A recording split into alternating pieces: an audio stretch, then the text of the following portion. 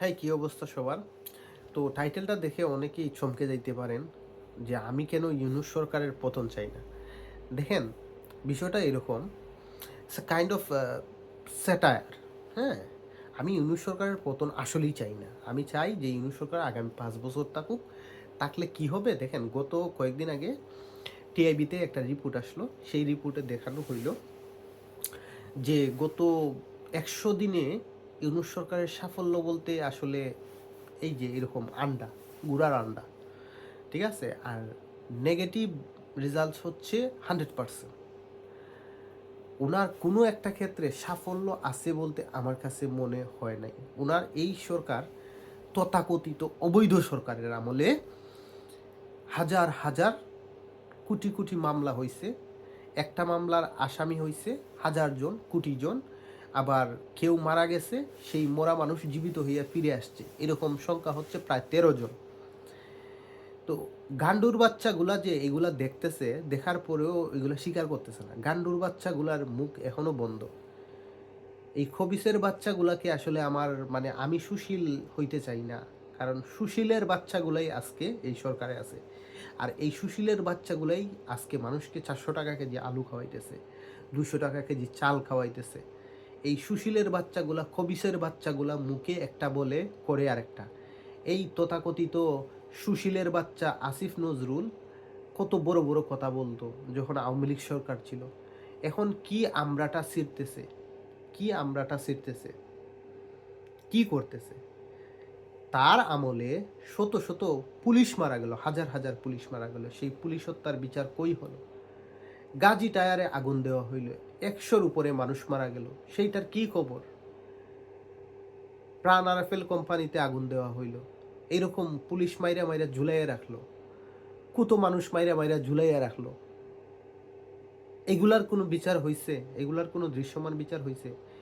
অথচ এই সুশীলের বাচ্চা, খবিসের বাচ্চা পইরা আছে যে আওয়ামী লীগ সরকার কি কি করছে সেইগুলা নিয়ে। মানে আওয়ামী লীগ যারা করে, আমি বলতেছি না আওয়ামী লীগ সব ভালো করছে। তো এই সুশীলের বাচ্চা, খবিসের বাচ্চাগুলা দেখতেছে যে আওয়ামী লীগের সাপোর্টারকে ধরে ধরে জেলে ভরতেছে। তো সময় এই দিন দিন না রে ভাই, দিন আরো আসবে। হ্যাঁ, তোমরা যেই উদাহরণ সৃষ্টি করতেছো, সেই উদাহরণের অনেক অনেক তীব্রতর রিয়াকশন আসবে। রাজনীতিতে শেষ বলতে কিছু নাই। রাজনীতিতে শেষ বলতে কিছু নাই। এই আওয়ামী লীগ সরকারের অনেকেই, অনেক সুশীলের বাচ্চা, খবিসের বাচ্চাগুলা ভাবছিল যে এই সরকার হয়তো ২০৫০ সাল পর্যন্ত থাকবে, কিয়ামত পর্যন্ত থাকবে। কিন্তু দেখেন, থাকে নাই। তো এই মবন্নয়ক জেনজি, এই হাসনাত আবদুল্লাহ, সার্জিস আর হিজবুতি মাহফুজ, ওরা নিজেদেরকে এত বীর ভাবতেছে, এত পীর ভাবতেছে, ওদের দিনও একদিন শেষ হবে, ওদেরকেও পালাতে হবে। এই দেশের মানুষ প্রথমে যেটা চায় সেটা হচ্ছে গণতন্ত্র, দ্বিতীয় হচ্ছে তাদের মানে দ্রব্যমূল্যের যে একটা মূল্য, সেই মূল্যটা স্থিতিশীলতা চায়। এই দেশের মানুষ এরশাদ সরকারকে, এই স্বৈরাচারী এরশাদ সরকারকে ফেরত পাঠাইছে, পতন ঘটাইছে, তারপর আওয়ামী লীগ সরকারের পতন ঘটাইছে। তো আমার কথা হচ্ছে এই আওয়ামী লীগ সরকারের পতনটা কিন্তু আবার, এটাকে আমি পতনও বলবো না, এটাকে বলবো অবৈধ ক্ষমতা দখল। এটা একটা মেটিকুলাস ডিজাইনের একটা অংশ। সেটা তো ইতিমধ্যে প্রধান উপদেষ্টা, ওনাকে আমি আবার উপদেষ্টা বলি, সেই উপদেষ্টা ডক্টর ইউনূস বলছেন। তো ফিরে আসা যাক সেই কথা, কেন আমি ইউনূস সরকারের পতন চাই না। আসলেই চাই না, কারণ হচ্ছে এই জন্যই যে দেশের যেই পরিমাণ ক্ষতি উনার এই সময়ে হইছে,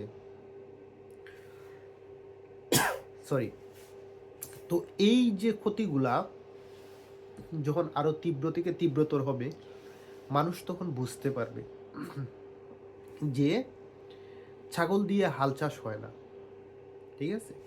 সেই জন্যই এই ছাগলকে কিভাবে দূর করবে সেটা মানুষই তখন নির্ধারণ করবে। ভালো থাকুন, ধন্যবাদ।